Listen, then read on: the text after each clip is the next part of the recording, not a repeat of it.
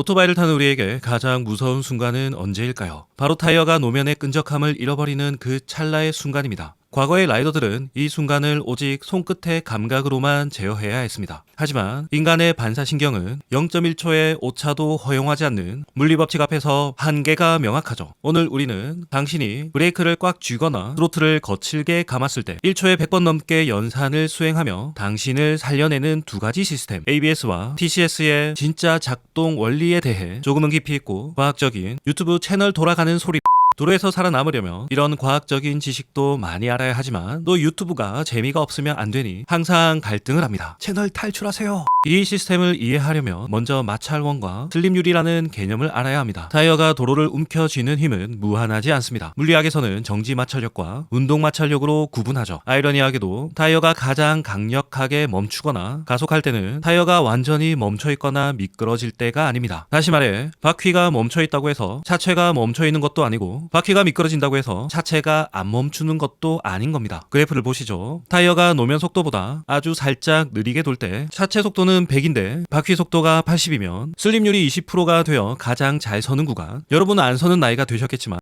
여튼 타이어 고무가 도로를 쥐어짜며 최대 마찰력을 냅니다. 즉 10%에서 20% 정도의 미세한 바퀴의 미끄러짐이 있을 때 그립력은 최고조에 달합니다. 이를 최적 슬립 구간이라고 부릅니다. ABS와 TCS의 궁극적인 목표는 브레이크를 잡든 엑셀을 당기든 타이어 상태를 바로 10%에서 20% 슬립 구간에 강제로 묶어두는 것입니다. 예전에 손 BS라고 손으로 여러 번 나눠 잡으면 된다고 우기는 가와사키 타시는 분들이 있었는데 그분들은 이미 하늘나라에 요즘 ABS는 초당 15에서 50번까지 잡았다가 분다고 합니다. 사람은 최대 초당 2번에서 3번까지 할 수 있죠. 손으로 하는 펌핑 브레이크는 정교하지 못하고 사람이 주행 중에 브레이크만 잡고 있는 것이 아니기 때문에 오히려 더 위험하게 됩니다. ABS부터 뜯어봅시다. 바퀴축에 구멍이 숭숭 뚫린 톤 휠과 이를 감지하는 홀 센서가 있습니다. 이 센서는 바퀴의 회전 속도를 실시간으로 ECU에 보냅니다. 그 브레이크를 잡으면 어떻게 될까요? 순간적으로 바퀴 속도가 차체 속도보다 현저히 느려지며 0을 향해 갑니다. 이때 슬립률이 100%가 되면 타이어는 회전을 멈추고 도로 위에 스키처럼 미끄러집니다. 이것이 락업입니다. 운동 마찰력 상태로 넘어가면서 마찰 개수가 떨어지고 따라서 제동거리는 길어지며 자이로 효과가 사라져 바이크는 쓰러집니다.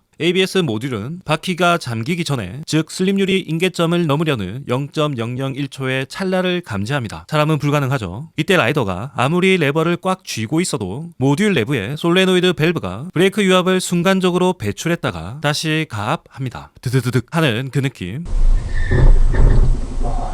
불쾌하지만 나를 살려주는 그 느낌 받아보신 적 있으신가요? 저도 바이크와 차 모두 느껴본 적 있는데 이걸 느껴보신 분들은 다들 그 당시 사연이 있으신 분들일 겁니다. 그리고 그 순간을 기억하고 계실 겁니다. 바로 이 펌프질이 초당 수십 번 반복되는 진동입니다. 단순히 잡았다가 놓았다 하는 게 아닙니다. ECU는 타이어가 다시 구르기 시작하면 즉시 압력을 높여 제동력을 확보하고 다시 잠기려 하면 압력을 뺍니다. 이 과정을 통해 타이어는 계속해서 최적 슬립 구간 안에서 줄타기를 하게 되는 거죠. 자, ABS 이야기는 여기까지 하겠습니다. 사실 이 마찰과 관련된 이야기는 너무나도 할 게 많습니다. 왜 코너시 브레이크를 잡으면 안 되는가? 트레일 브레이킹은 브레이크를 잡아라는데 단조 휠은 왜 사용하는 거지? 할리는 단조 휠이 별로라던데? 휠과 직진성에 관한 이야기 이런 이야기들은 다음에 해보겠습니다. 관심 있으신 분들은 구독 부탁.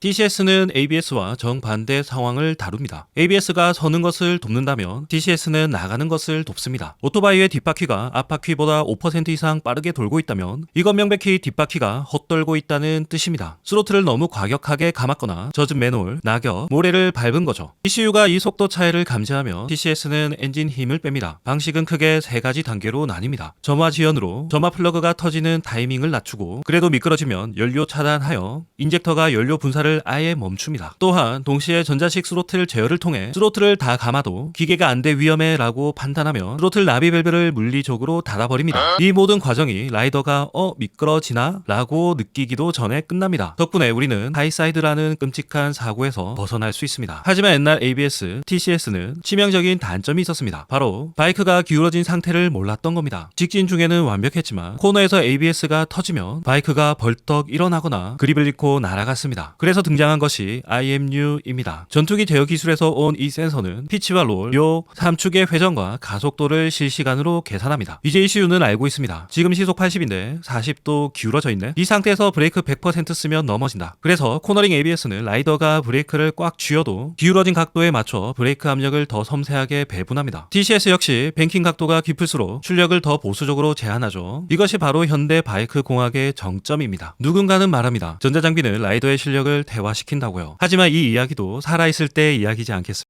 물리학은 인간의 반사신경보다 항상 앞서 있습니다. ABS와 TCS는 라이더의 실력을 대신하는 것이 아니라 라이더가 실수할 수 있는 그 단 한 번의 치명적인 순간을 막아주는 보험입니다. 여러분의 바이크는 어떤 안전장치가 달려있나요? 저는 여태껏 TCS와 IM65 나발이고 전자장비라고는 ABS만 있는 바이크만 타서 체감은 못해봤습니다. 기술을 믿되 맹신하지는 마십시오. 가장 훌륭한 TCS는 여전히 라이더의 오른손과 상황 판단에 있습니다. 오늘 영상이 유익하셨다면 구독과 좋아요 부탁드립니다.